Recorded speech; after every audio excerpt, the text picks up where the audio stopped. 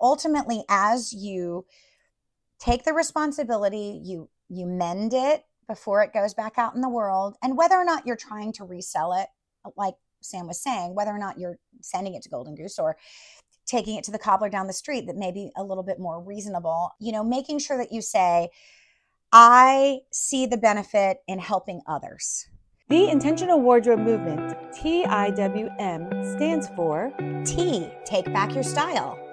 I, intentionally shop. W, wear it, work it, or wave goodbye.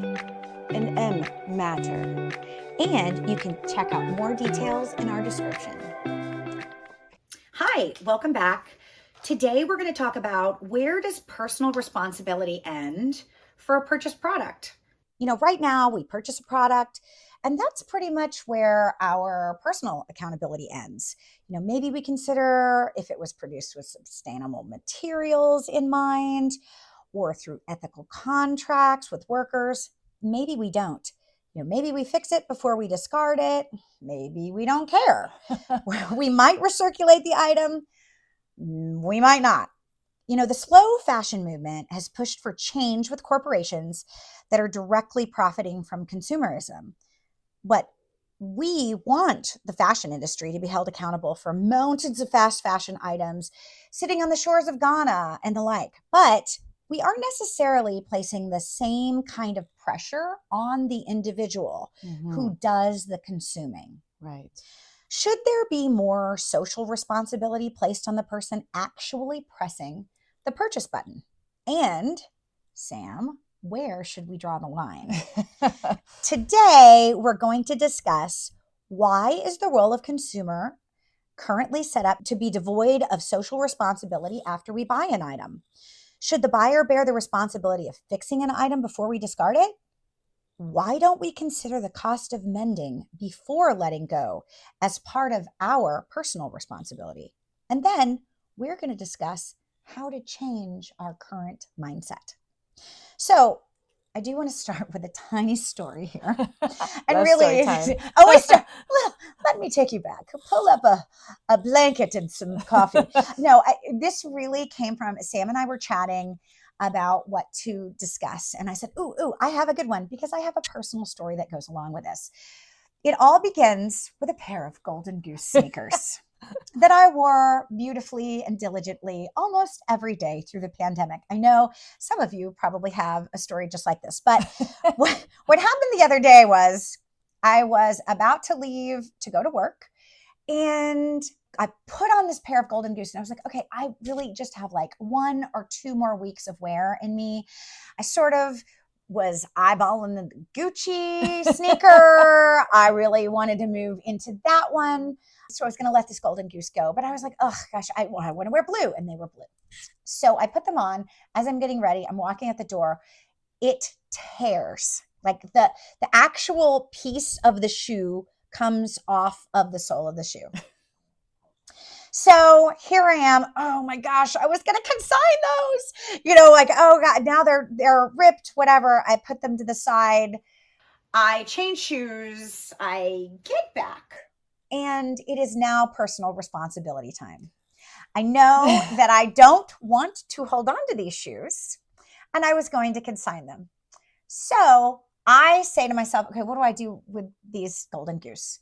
I call the Dallas, which is the closest. It's 30 miles away from us, y'all. It's not close, but it is the closest Golden Goose store. Yeah, like 45 minutes to an hour away. Yeah, it's pretty far. Location. So I call them and I say, hey, listen, I have this pair. Do you guys do you mend Golden Goose? And they were like, no, not at the Dallas location. Call our Miami or our New York City store. Well, needless to say, life happens. I don't call the Miami or the New York City store. What I do, however, is log on to Zappos and buy a pair of blue Veja sneakers. Yay, good Sustainable, for me. They're good. Sustainable Veja. Great brand, great sneakers. So I buy another pair. Probably not the most sustainable, right? But at the end of the day, it's been about 6 months. I mean, I'm going to tell everybody the truth here. We were just talking about, sometimes you got to confess. And this is my confession. It's been about 6 months. I am diligently, happily wearing my Vejas. but I have not done anything with those golden goose just yet. So it really got me to thinking about this topic and about how easy it is to just simply go buy something more. And it would be super easy for me. There's nothing regulating, there's nothing guarding against me just quickly putting them in the trash. Not that I would do that, I'm a sustainable person, but there's nothing really stopping me. And I did not feel any sort of social pressure to really do much with these sneakers. So much so that it's been 6 months. I bought something else and they're just sitting there. So I guess I want to say that Fashion Revolution tells us, hey, extending the year of something from 1 to 2 years, well, that actually slashes your clothes carbon footprint by as much as 24%. Gosh, I know the statistic, still not doing anything. So what would make me want to extend the life of something beyond its time with me? Because it's a financial responsibility. Right. I mean, why, Sam, do we not practice this more on a large scale, do you think? Why isn't the pressure of owning something until its life has expired with us, why doesn't that exist? Well, I think because there is, you said life was lifing, and the thing with life is we're limited on time, or we believe we're limited on time. There are some people who say you can mend time, all that kind of stuff, but for us normal, that's a whole other topic. That's a whole other thing. But for us normal people who are lifing, you are limited in time. And so Brandy you had already gone through the due diligence of calling the store, and then you had to call another store, right? So that means like you actually went through the steps. But then so let's say the Dallas store doesn't accept your shoe, and then you have to send it to Miami or send it to New York. So you're paying to send it there. And then I have to pay for it to get fixed. Right.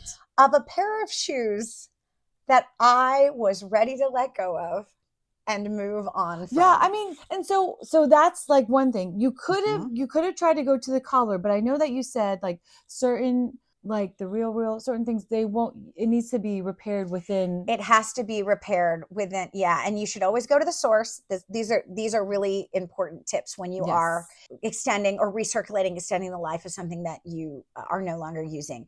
You would need to go to the source. So it had to be Golden Goose. I had to go to the brand, because if I went to a random cobbler down the street from my house, it would not be within the standards of the brand. And when they are authenticating that product, it's not considered authentic. Sort of like if you take a Rolex and instead of getting the bezel on the band, the diamond bezel through Rolex, you then go to an aftermarket Rolex authorized dealer and they put diamonds on it, that changes the authenticity of that watch. And for example, the Real will not accept it. You cannot consign it. So we all know I got to go straight to the source, but it's costly and time consuming. Yeah, so it is. I mean, that's the thing, that's the time and then the cost. And so to me, I was like, oh, well, you could take it to the cobbler. But then if you are trying to resell it or put it back into circulation, then technically you wouldn't be able to get your like most valuable money out of it. You could possibly sell it secondhand, but also that takes time. And effort. Yes, more time, because it requires your effort. Right. So, when I started thinking about how I struggled with being accountable for this particular pair of shoes, I wanted to really break down, like, what are the roots of buying? Like, what is the whole process for us? And specifically, what are the roots of our buying behavior and our patterns when it comes to fashion? And I was looking at sort of what we were because I like to bring it back in time. We're going to go on a historical journey with us. No, I really thought about, okay, what did it used to look like in 1729 when you needed a pair of shoes? How did that work? Well, it was a much different model, right? Very much different. I did not have Zappos, which is owned by Amazon, which has a warehouse like around the corner from my house. I didn't have Amazon back then. I would have to go to the cobbler, and I would have to have someone fit my foot and molding so that it could create the sole. I mean, it was also a time consuming Yes. endeavor, but it was a pretty personalized experience. True. It was much more sustainable. We were making one pair of shoes when I needed another pair, right? But, I tend to think of, where did this kind of behavior change? Like, when did we stop custom making or made to order fashion? What is it in life that changed for us? Well, is it the invention of McDonald's? Pretty much, yeah. Yes, the answer to that is the invention of, no, it's the technological advance. Right. And McDonald's is y'all should watch the whole documentary on McDonald's, because it's very fascinating, on fast food in general. But yes, so ultimately, technology. Yeah. It always comes back to, and that fast food model of McDonald's is making our lives faster, It's right? convenience. Like it's convenience. It's the convenience. It's taking something that we used to do, making a meal made to order, and providing it to you quickly, because life is fast. You look at the turn of the century in the US, and it's consumerism explodes. Oh, yes. And back then, we got the Sears and Roebuck catalog. Yes. Y'all. And I don't know if any of you remember having to order clothing from catalogs, but this used to be a thing. Oh Like, my even gosh. when we were little. Do you remember Spiegel? Like, Yes, I do. I mean, it was a very different way, Different but times. it really modernized things. Yeah. You could be sitting on a 5,000 acre ranch in the middle of West Texas, and you could order your clothes from that catalog, and they had a US postal service that could deliver that to you really quickly, right? So then we have like the steam engine. It goes beyond like the old traditional coaches, right? Now we have a locomotive. I mean, it has evolved to McDonald's, everyone. It really, that is the answer. And, I think that I call it the Amazon effect. Yeah. You could totally call that's it the a good, McDonald's. I mean, like Amazon is, yeah. Amazon effect to me It's just a life sort of, changer. it does, right? So it provides all of those things. It's convenient. It's quick. I mean, our Amazon stuff, I don't know about y'all, less than 2 hours. There are times when you order and you get it within less than 2 hours. My kids don't understand that they don't understand that when you order something, it could take more than a day. They don't understand that because everything comes so quickly. Yeah, everything in life is convenient, it's quick, and it's fast. And we love that. Yes. I mean, that's our root of buying, right? If you really, if you strip it down, ultimately that is what an American consumer wants. Yeah, to make everything easier in our life. But what I would say is, I think that the root of buying is in some way contributing to us feeling like it's not our responsibility. I think there's a dehumanization aspect to buying, where we know the fast fashion stuff is maybe made by young, small children in another distant country. We hear those things. We know that maybe excess product is burned to get rid of. I mean, that's why we have regulations in Europe right now. Like, think about this. You hear these things, but it's sort of that concept of it's not in my backyard. So consumerism is really like, oh, I go online, I purchase, click, boom, it's here. It's like magic. It's magic. It's magical production. So I personally think that by dehumanizing the process, the act of buying, we have changed the root of how we buy something. And so it just gives us this excuse that is magic. It's like when my parents used to say, yeah, no, we don't have a money tree in the backyard. Money didn't just magically poof appear. But our children are unclear about that money tree, because sometimes things just happen. And I think the pace of life right now, it just appears. Yeah. how do you feel that the act of buying has impacted our ability to sort of stay at hand's length distance to be accountable for a product's lifetime? Well, I think like you mentioned, it's also fast. Like you literally can do 1-click buy, and that's all you do, and you've purchased something. You don't, I mean, your credit card information is in there. Like you literally can do nothing and basically buy something. Okay, I'm glad that you're saying it's not even really happening. The 1-click buy. I'm so glad you mentioned that, because now I got to tell you. So way back in the olden days, when I got out of college and got my first job, I remember the magic of a credit card. Oh yeah. Credit cards are a perfect example of it's the money tree that magically happens in the backyard. That is a real deal. Yes. It is the real deal. And it really, I think it goes beyond that, because I remember I got into a little bit of trouble with the magic money tree credit card. And the 1-click. Back then we didn't have 1-click shopping, but even without 1-click shopping, it to me, it wasn't material. It was a piece of plastic, and it had all this money on it. It just gave me the ability to go shopping with my friends in LA anytime I wanted to.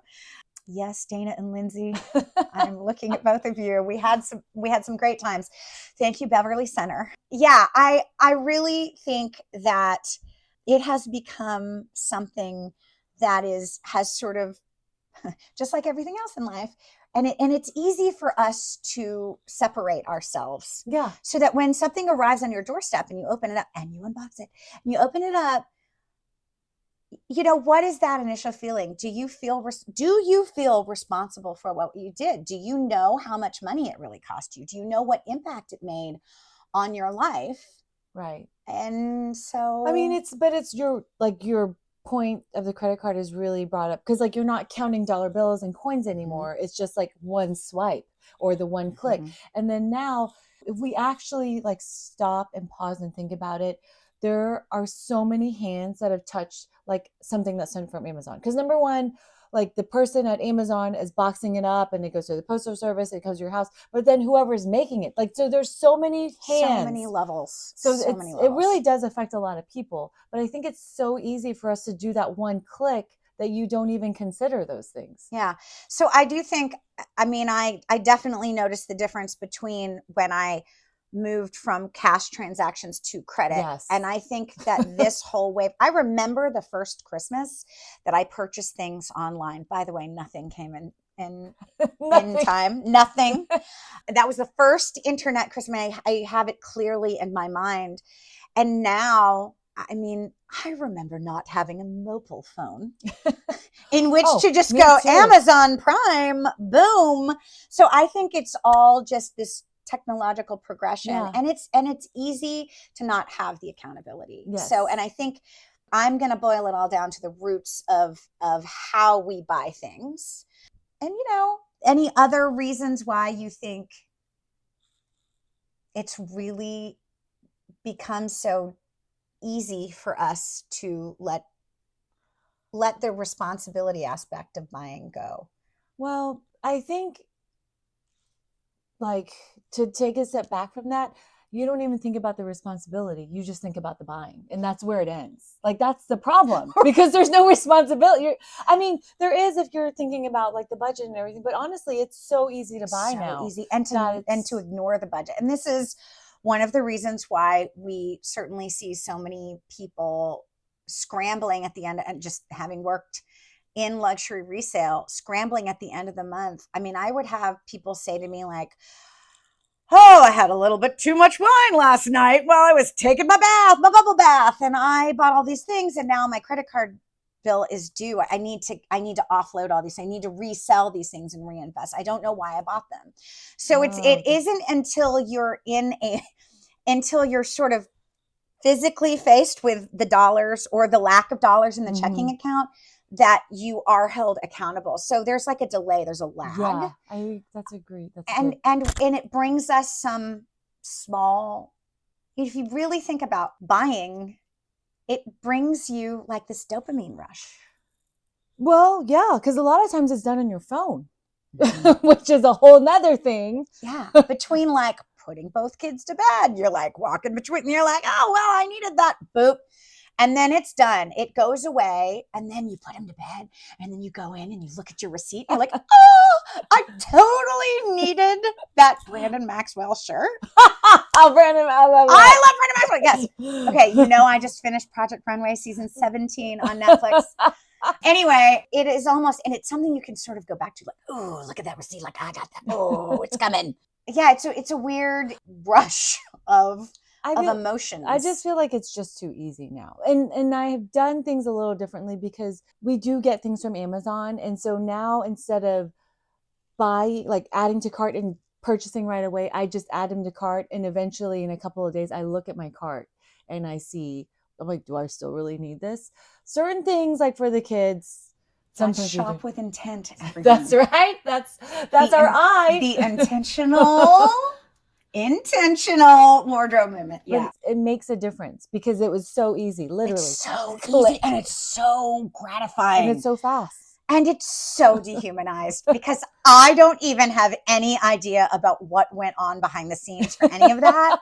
And then once I get it, I'm just like, well, I did the responsible part. I paid for it, right? And that was really how I was like with the shoes where I was like, wait, now I have to hang up the phone and call Miami and or New York. And then I have to figure out like, now I have to go find my own box or bag to put this in. And then I have to go drive to UPS or FedEx.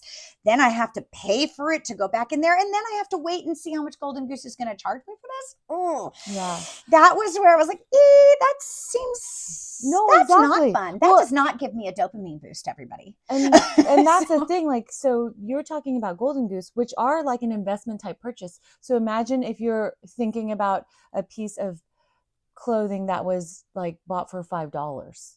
Like, so yeah. And this is where they just get thrown in the trash. Yeah. Right.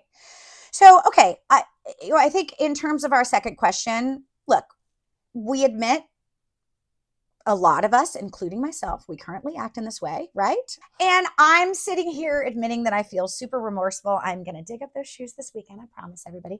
And I will call you Miami or New York Golden Goose and get this managed. But, most of us don't feel remorse, right? That's sort of how we got into this situation of over consumerism. So I guess I would love to hear, why do you think the pendulum has not shifted toward more responsible consumerism? There's a lot. Because again, so whenever we're thinking about like starting a new habit, one of the things is to make it as like take away all the resistance. If you're going to start working out, lay your clothes on the floor so you have to step over them in order to like get out of bed. I mean, like you're literally taking away all the resistance. I'm also going to start that this weekend. Well, no, that's a really good point. And it's interesting that you say lay the clothes out because you have to step over them.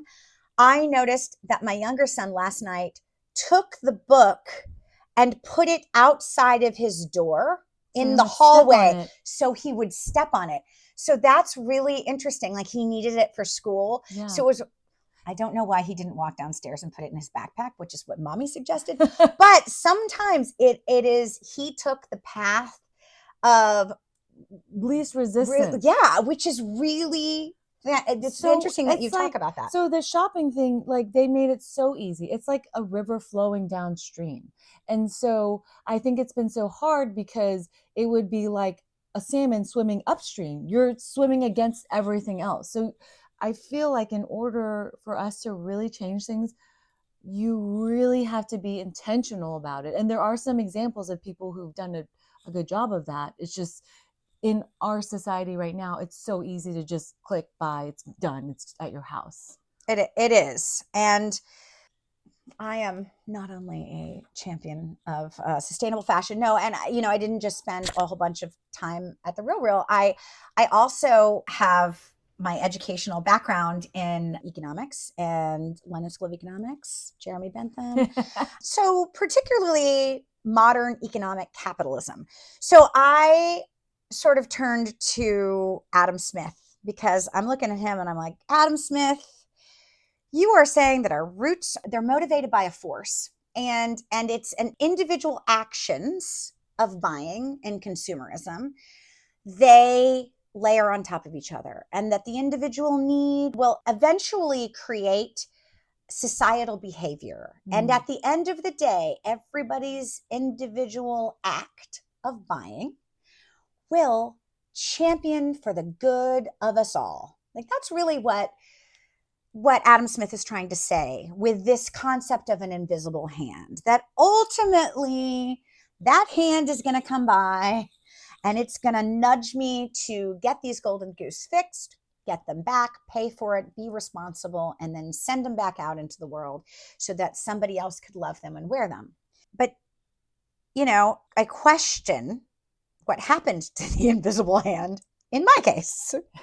I really, really struggle with why didn't I feel the gentle nudge of this invisible hand making me do the right thing instead of letting me just have something sit there for 6 months. I wonder, gosh, am I just like an outlier? Like, no, I'm not. I right? don't think so. I was No, no. and that's the hard part. Every linear regression model, it has a degree of variance. You add in. Yes, I'm talking statistics, y'all. But no, you have to account for variances. I wish that my behavior was not the norm, but it is. So I really wanted to know where modern economic capitalist theory failed me. And I turned to Jeff Madrick, who stated in an article for Evonomics, the invisible hand also depends on market participants knowing and understanding their self-interest well, and therefore making rational decisions about buying and selling products. So, is there a disconnect? Yeah. With whether or not we understand right from wrong? Well, I don't know if you could say right from wrong, but I think there is a disconnect with the growth in fast fashion. And so there's this consumer behavior and psychology discussion about how the perceived low cost of fast fashion detaches you emotionally from that object. Dehumanizing, See? Which is really interesting. Yeah. So if you're just detached emotionally from the whole experience, then maybe that's where our moral compass is failing us. Because I read a study the other day, and I don't remember which one it was, but they polled a whole bunch of people, and they were like, hey, like, if you could be sustainable, would you? And everybody was like, yeah, like, that's good. We know that that's morally right. We know that we shouldn't be dumping clothing made out of plastic in our oceans. We know that we should be paying somebody a fair wage, the same way that we would want somebody paying us for our work. But it's just really hard to connect the dots. Yeah. So there's that dehumanization. There's this break in our emotional attachment to something.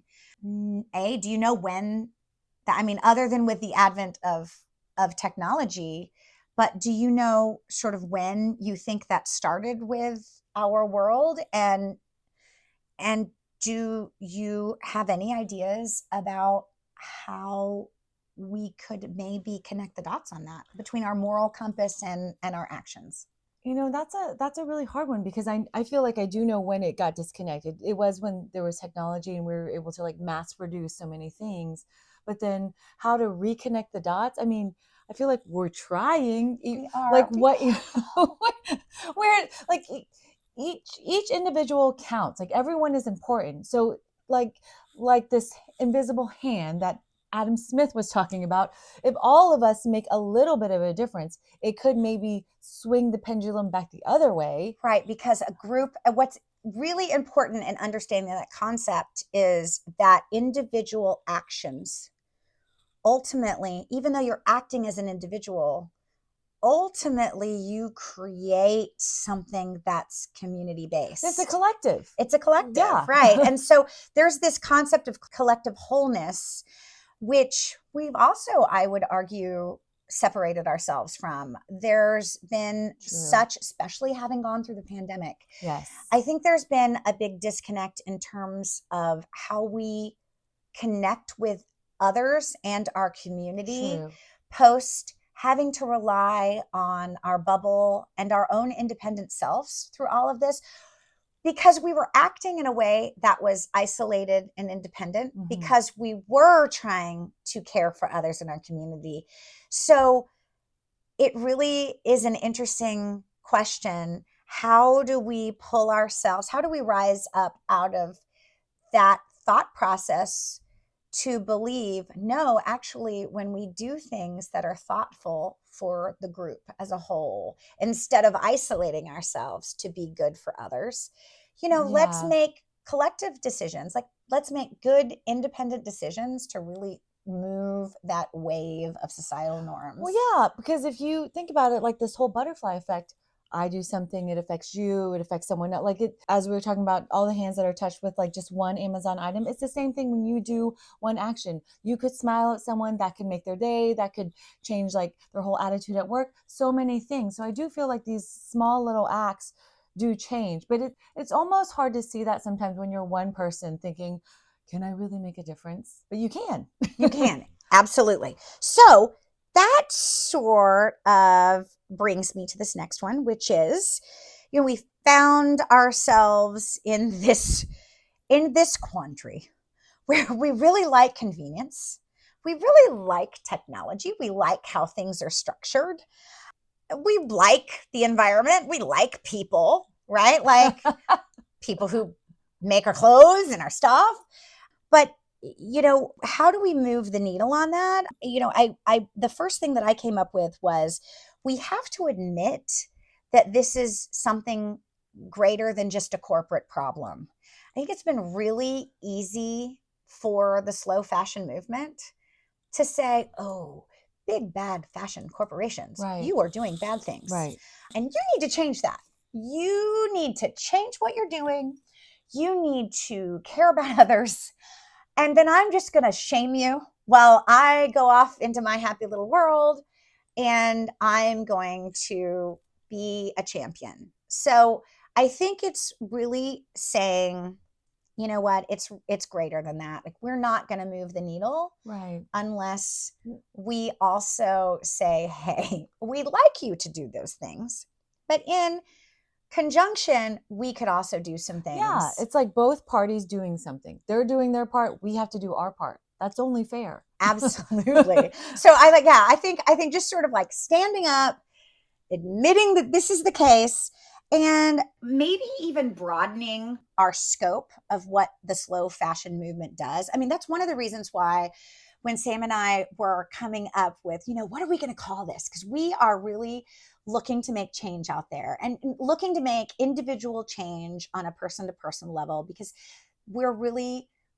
invested in this. Yes. But why did we call this the intentional wardrobe movement? Why is it a movement? A movement is something that really is looking to be the invisible hand. We're looking to collectively come together and make this change. And by admitting it's not just the companies, but it's us too. And it's every single one of us. We all matter in all of this. Everyone has to take responsibility. Everybody, including myself. Yes, I will call you Golden Goose. I promise. I wonder about how practical that is, though. So here's the other thing. So I write all this, I'm thinking about economic theory, consumerism, all this great stuff. It sounds so good. Adam Smith wrote a book. Well, the book was great. The ideas were great, right? But let's talk about how we apply all of this personal responsibility in our day-to-day life. Mortgage. Eggs cost me like $42 when I went to go get them last weekend over Labor Day, right? So, I mean, how do I actually make this work within the confines of the financial realities of life? Because I think back to the movie Up, that Pixar movie, where Ellie and the main character, they have this, they want to go to the falls. They want to go to South America, and they have this little jar. Every time they get extra money, they put it in the jar, and you can visually see how pretty it is. But Ellie gets a flat tire, and they have to break the jar and take all the pennies out. So, some of us might be trying to fill up that jar. And sometimes, especially nowadays, finance rates are crazy. I mean, it's it's a lot right now. Yeah. So I wonder, do you have any ideas about how can you make a commitment to extend the life of something beyond you just owning it? Like, how can you do that in a way that is practical for the average person? That's a good question. I mean, I guess number one, if you try to purchase something, you're really intentional about what you're purchasing. And so it's something that will last more than like a season. And so when you're spending that money, like you're paying that money, so you're going to pay attention to that piece. And that's the thing, like the more you pay, the more you're going to pay attention, you know? And so Pay.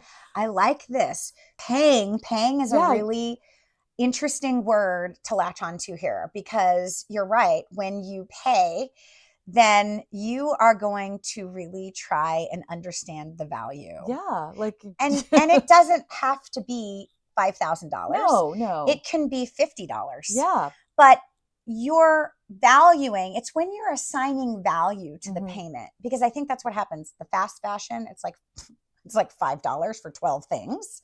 You're like, it's not hard work for you. You're like, there's Right. no association. That word paying Yeah. does not hold real Right. intrinsic value to True. you, I because mean, $5 is $5. And for some people it does. Like whenever I was younger, when I got something from Forever 21, I like literally tried to keep it forever. I mean, there was maybe it didn't last, but I tried my best. Okay, So I was there with the H&M. so I mean, I'm with you. I did when I was first starting out, when I was a mere youngin. No, and you're right, and $5 meant more. But yeah, as we got older, I think that's where we lost sight of the value of that word. Yeah. So to pay for something, it has to have intrinsic value, Yeah. and it is costing you something. So at the end of the day, give it its value all the way to the end of the life. So I think that's good. I mean, and there are some examples of people doing some other things. Well, okay, so I actually broke it down into two different ways of thinking about it. Okay, I'd love to hear that.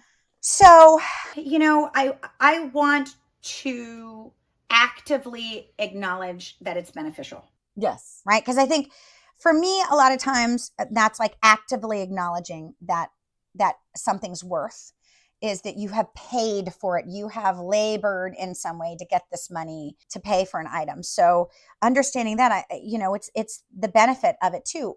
Acknowledge the benefit. Mm-hmm. So you are acknowledging that this will help your fellow man, right? Like ultimately, as you take the responsibility, you mend it before it goes back out in the world. And whether or not you're trying to resell it, like Sam was saying, whether or not you're sending it to Golden Goose or taking it to the cobbler down the street that may be a little bit more reasonable, making sure that you say, I see the benefit in helping others. And that really, that is filling your cup a little bit. Yeah. Right? Because then you know that you're doing something nice for other people. Golden Goose, they're like $600 now. A lot of people can't buy those. That is just too high of a barrier to entry. So I know I'm going to absorb that cost, pay for the fixing, get it done. And then it's going to go back out into the world. And the things that you give to the world, we want them to give back to you too. Like the world will give back to you. So, it's karma. It's good for you. So acknowledge that there's a benefit to sharing. Right. Your mom told you to share, told you all the good things when you were like 2. And you know what? I'm just reminding you that sharing is caring. Sharing is caring. Yeah. And then, the second thing was that you can approach it in a couple of different ways. There's that do-it-yourself model where you can find a local tailor, find a local cobbler, use them to save costs for you so that it can be a little bit less expensive for you to keep something going. But also it's a small business, so you're helping them. It's a small business. I love this. Yes, that is so true. So that's the do-it-yourself model. Or you could do, the easier approach. You can go to the retailers that do it for you, right? So there's a lot out there like Patagonia, Nudie Jeans, Jansport. Like they will take the product back. They will refurbish, upcycle, donate oftentimes. So if you're not able to mend the items, Oscar de la Renta was just chatting with Sam about that. They are actually taking back items and they are mending them and then reselling them to keep them circulated. So there are a lot of really great Patagonia. I use them a lot for my kids' stuff. Well, yeah, and they've even come up with their own thing where they've led repair workshops and repair kits so that they're teaching people. Like it's like teach a man to fish. I mean, it's pretty awesome. I think that's really great because we talk about the difference between us. I am not a do-it-yourself kind of mender, so I definitely have to go find someone who has the skill to do that. But teach a man to fish is a really good saying because ultimately that will save you money. If you learn, you can log in and learn how to do it on YouTube, really. I actually watched on Instagram. It was someone patching a hole in a sweater and it was... Oh, it's crazy. With the needles? Yes, with the needles. It was beautiful. It was firstly, I rewatched that video. I don't remember who it was. I'm amazed by how they can do that. I'm so sorry that I'm not quoting you on this, but I don't know who it was, but it was beautiful experience to watch this. I found it very soothing. So yeah, I mean, you could definitely do that. But like I said, for those of us who don't know how to mend things, and life is lifing, you can certainly seek out brands that can take that burden off of you so that you're not responsible for it. In some cases, I have paid Patagonia to fix a zipper on my older son's coat. So just to extend the life of it, because I've got another son, so I was going to just pass it on down to keep it going. I did have to absorb the cost, but for me, I didn't have to find a local. I mean, I do want to support the small businesses, so I'm sorry that I didn't find you local tailor. I will promise that I will support you in other ways. But in this instance, I paid Patagonia and they did it. Just seemed very easy. They gave me a label. It was super easy. And then the third one is something that I like to call the part-time play. So this is where you're not actually buying something that is full retail. This is buying it secondhand or resale or pre-loved. And there are so many different ways to do that. And you can buy things in many different price points that can suit your budget, but also renting. So the renting route is something that's also great because at that point, you know what? Your accountability is pretty limited, right? So as long as things are damaged and all of the, legalese that's associated to that, you are paying for the time with the product and then you are recirculating it and getting it back out there. So if making a full commitment to you is not something that's in your budget, you can definitely find 3 different ways, whichever works best for you and your lifestyle and your budget, to say, hey, you know what? I can make this work within my lifestyle so that it can definitely stay out there. And on going back to the DIY, there's a platform called iFixit. And they have tons of free videos on how to fix lots of things like smartphones, and it's literally, it's people have put in all their videos. So it's all for free. I mean, it's amazing. It's amazing. I checked it out just to see. I was like, oh, wow, this is amazing. I feel like I used iFixit the other day because our Toto toilet was running. And I was like, how hard could this be? It was hard. Toto. I'm not sure why the engineering is so complicated, but then my husband ended up watching the iFixit and getting it done. But I don't know if that was the website that I used, but really and truly, you can do a lot of really great things and be cost saving for yourself when you can just get a little creative in terms of where you find things. Yeah. I definitely think that's great. Do you have any other things? I was just going to add one thing, but it's not our responsibility. This is more for, I guess, other companies. But there's an example. So Sweden has reduced its VAT tax on repair services for items like shoes, bicycle, and clothing.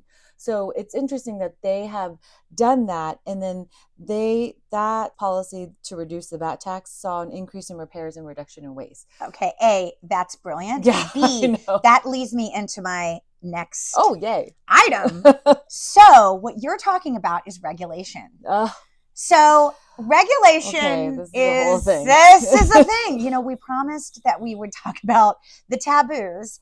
And I think when you're purely thinking about, you know, American modern capitalism, this can be a very controversial subject. Regulation means that something like in the case of Sweden, the government stepped in and created a policy to try and guide people in the right direction. And it sounds like in this case, it has helped. So I think we can look at what Europe is doing just in general. I'm going to point to the Circular Economy Action Plan. It's wrapped up in the European Green Deal.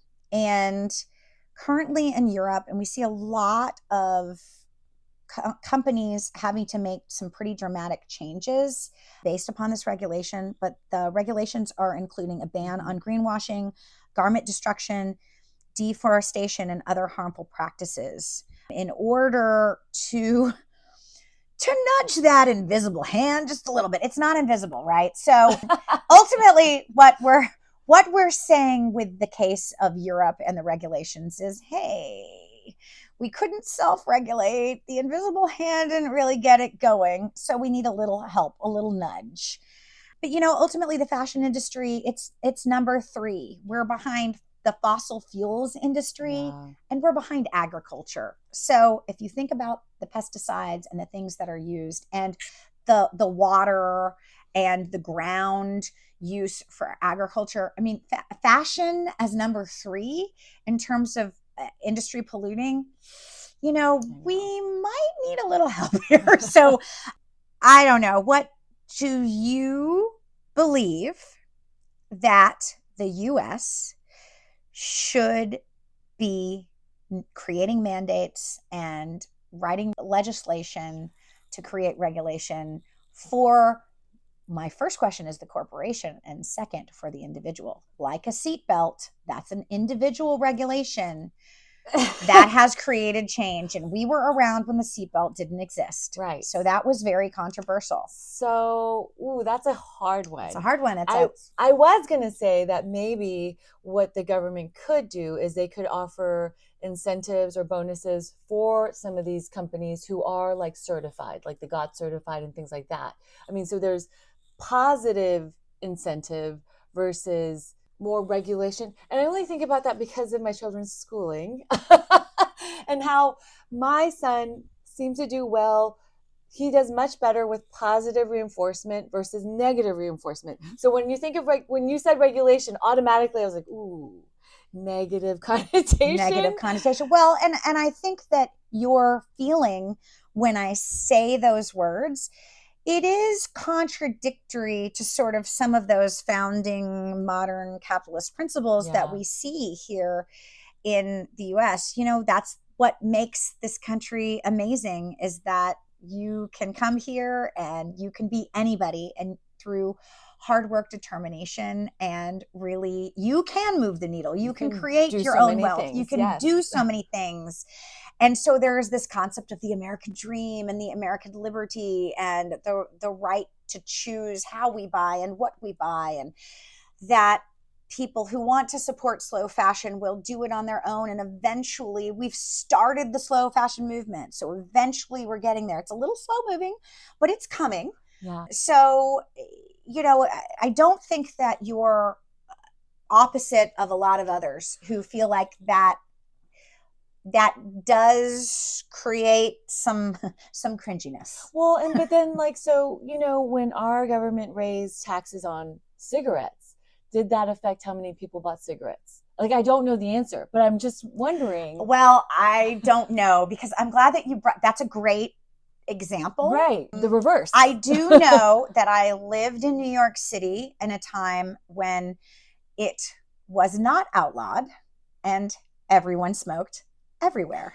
And then I lived in Greenwich, Connecticut, and I remember taking the train in and being like, Grand Central Station, like, it was outlawed. And so all of a sudden people stopped being able to smoke in public places. Like I just noticed such a stark difference. Yeah. And I do think now during the pandemic, I heard that smoking cigarettes did pick up a bit. That's obviously a stressful situation. Maybe that did not help folks. But I do think that just based upon even London, okay, because I lived in London back in the day when everybody smoked too. And I just went to London in March, and I don't think people vape, but I don't really feel like I saw this same kind of everybody smoked in London when I lived there. And so I would tend to believe, and we don't know the statistic here, guys, maybe help us out, let us know. But I tend to believe that even in this country with that kind of regulation, I do think that it's exactly what Adam Smith was wanting. It became societal norms. It became a social taboo to smoke. I mean, I do remember when it was banned, and I was so happy. You could breathe clean air. I remember when I was in college and I didn't have the money to get like a non-smoking ticket to go to London, because I was going to London to see some friends of mine who were doing their junior year abroad there. And I remember from New York to London, I was sitting in a coach seat in the smoking section, and it was like, not that I think that there was much different back then in the day, but it was all like, hey, like the seatmates, their arms. I had legs, I had cigarette ash all over me. I just feel like ultimately that social norm changed. Yeah, you're right. I mean, and it's a good point, because like we know all the effects of all of this on our environment, so we can see what's happening. But then I feel like there's the money part of it, and that is what's gonna because ultimately it's a business. So talk about capitalism. I'm a staunch supporter of capitalism. It is a business. And that really is what has separated us from Europe. There are oftentimes many more regulations in Europe. And, we prefer to like wing it a little bit. And we're the Wild West. Hey, we're Texans. We're the Wild West. We want to like get our hands dirty, right? And like figure it out on our own.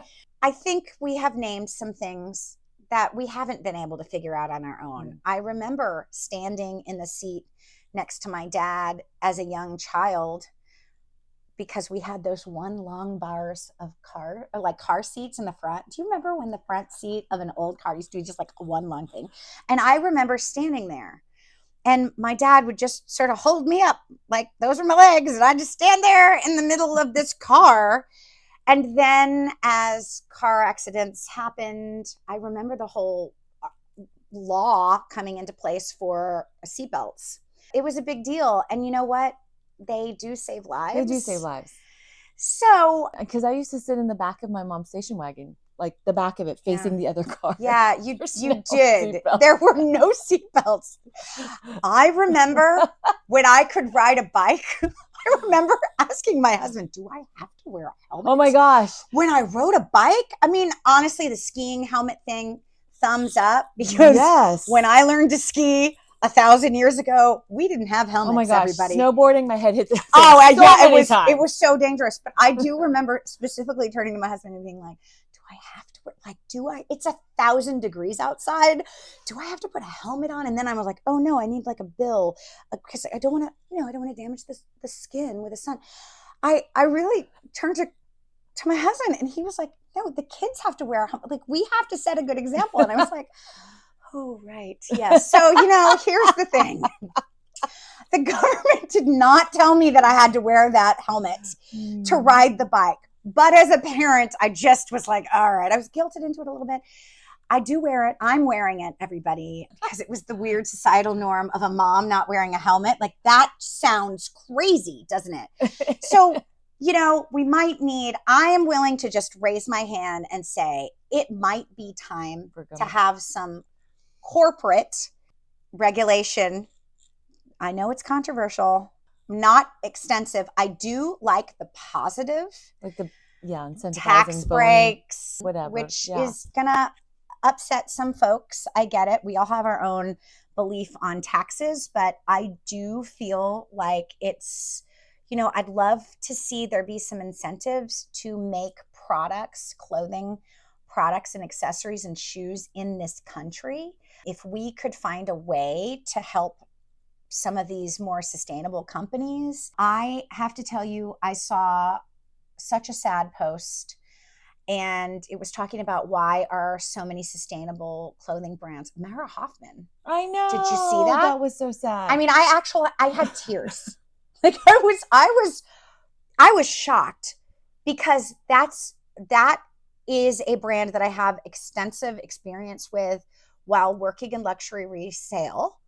It was an accepted brand, and the quality of the clothing was fantastic. Part of what was said was it's so costly to run a truly sustainable brand. There were a couple of others, some other European brands that I really like. I was so sad at an Italian brand.